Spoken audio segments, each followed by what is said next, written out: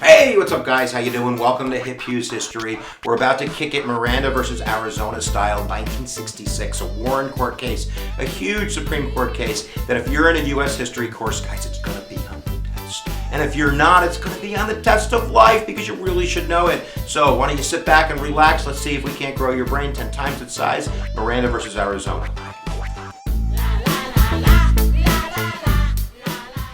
All right, so let's start off with the facts of the case. This is a case that occurs in Phoenix, Arizona. An 18-year-old girl is kidnapped and she is raped, and she gives a pretty good description to the police. It's actually her brother who recognizes the car in the description, who belongs to Ernesto Miranda, who matches the description of the assailant, and the police arrest him. They put him into a lineup. He's identified, and they begin to interrogate him for 2 hours. And at the end of the 2 hours, eventually he breaks down. He admits that he is the guy who did it, and then this is really important. They make him give a written confession. So then he takes everything he's told them and he puts it down on paper and he signs it with kind of an oath that he understands his rights. He understands that anything he's saying is going to be used against him, and he's been made aware of these rights, and he's kind of signed that away post-confession. So Alvin Moore, his defense attorney, after the conviction, because the guy goes down like a clown, gets 20 to 30 years, is going to appeal on the concept of the Fifth and Sixth Amendment.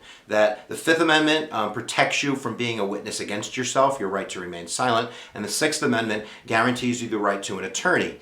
So basically what he's going to say is that Ernesto didn't understand these rights, he was never told of these rights, so therefore he deserves a new trial. So it goes through the appeals process in the state.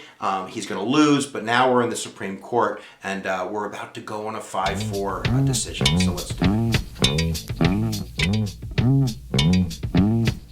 So it's Earl Warren who makes the decision. It's a 5-4 decision. It's a very close Supreme Court case. And Earl Warren was appointed by a Republican. He was a conservative Republican from California who was also a state prosecutor and governor of California. So this is a guy with a lot of experience in kind of law and order. And at the end of the day, these are the arguments. The argument from Miranda is that first you have to bring in the 14th Amendment. The 14th Amendment basically gives the federal government and the Supreme Court the power to selectively incorporate the lower Bill of Rights. The language in the 14th Amendment is no state shall deny its citizens life, liberty, or property without due process. So it's that claim of due process denial, and specifically the Fifth Amendment right of self-incrimination and the Sixth Amendment right to an attorney that is at the heart of this matter. Did the police, by not informing Miranda his rights, violate his rights? Because nowhere, and this is really important to say, nowhere in the Constitution does it say you need to be informed of those rights.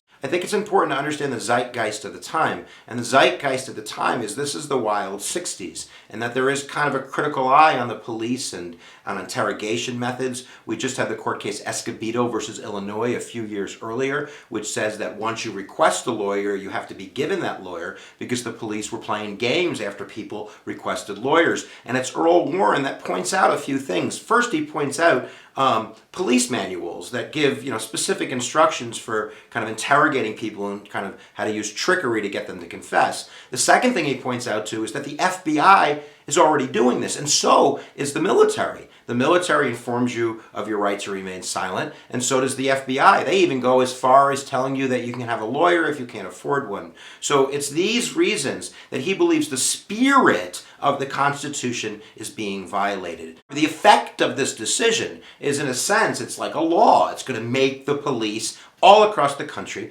have to read these specific rights to suspects upon arrest. And that's going to make their job definitely harder to do. At the end of the day, Miranda's conviction is overturned. But don't jump out of your seat because he's guilty. He's going to go back to trial. And he's going to be tried this time without the confession. It's not like these guys go free and if you can't, you can try him again. It's not a double jeopardy situation. So at that trial, he was convicted. He ends up getting another 20 to 30 years. He was actually paroled in 1972. He ended up kind of making a business for himself, signing the back of the Miranda cards, the warnings that they have to read you. So he kind of became a local celebrity who was stabbed to death in 1976 in a bar fight. This is probably not an angel.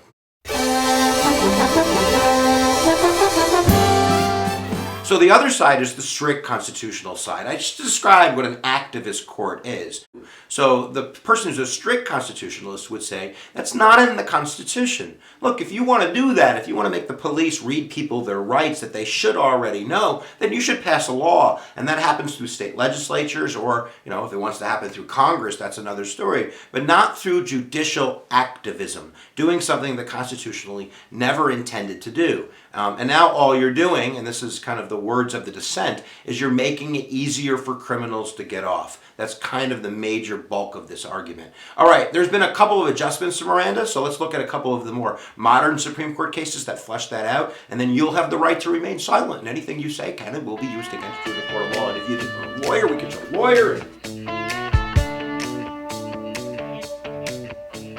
All right, there are a couple of exceptions really quick. One of them would be the public safety exception, 1984 in New York versus Quarles, where basically if there's a public safety emergency, you're running out of a building that's laced with dynamite and you have TNT all over your hands and the cops go, what are you doing? And you go, I'm going to blow up the building and I just laced it with dynamite. We can use that against you. And if you take the stand and you give testimony as a defendant, and you've already given a confession, that confession can be used to discredit the testimony you're giving at a court trial. So if you confess to something that you did and the confession was thrown out, don't take the stand. It's a terrible idea. But at the end of the day, even in 2000, Dickerson versus United States, the current Supreme Court's going to uphold Miranda by stating that even voluntary confessions have to be Mirandized or they can't be used against you. The argument would be that it's going against kind of tradition of American culture at this point. We're also used to Miranda. But again, the other side is it's not specifically in the Constitution, and we should be literally interpreting it, not spiritually interpreting.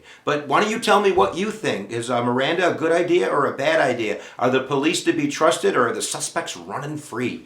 Giddy up for the learning. You can check out Hip Hughes History, WTH. I don't know what you're doing. Click my face. It'll take you off to Hip Hughes History, where we have over 250 videos.